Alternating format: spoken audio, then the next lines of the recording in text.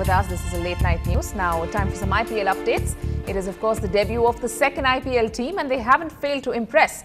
Pune is hot on the trail of the Kings 11 Punjab, scoring well over the required run rate. Though Pune was given the initial scare with A. Smith, in fact, getting bowled out on the very first delivery. He faced Mithun Manhas and Jesse Ryder, who are in fact powering ahead. Earlier, after a fiery bowling attack, the Punjab 11 lineup was seen limping with the top order crumbling. This even as the likes of Wagh and AC Thomas sent half the batting lineup packing.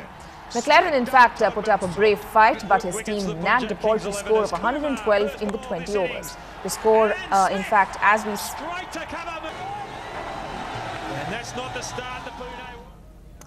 Moving on, remember Poonam Pandey, the girl who had vowed to strip if India won the World Cup? Well, she has finally spoken up for the first time since India's World Cup victory. Now, Pandey claims that she went underground because she was scared for her life. And there's no stopping her now, as she's simply awaiting official permission from the BCCI to bear all.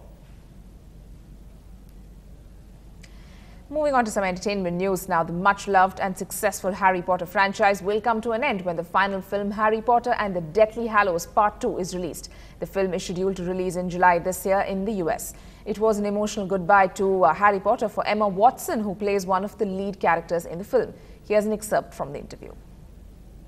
I will never forget being tortured by Helena Bonham Carter. I think that will stay with me for for a long, long time. I think that was just like a really intense scene, and I like the final act of Deathly Hallows is, well, I mean for both them, Part 1 and Part 2, but was really intense. So it did feel emotional. In a way, I felt quite numb though. I was sort of I was trying to kind of like come to terms with it and realise it, but I also knew that I had so much work ahead of me still. You know, I'm doing voice work for Part 2, and you know, Part 2 comes out this summer, and I'll do that whole kind of like, you know, there'll be the final hurrah and lots of premieres and interviews and all sorts.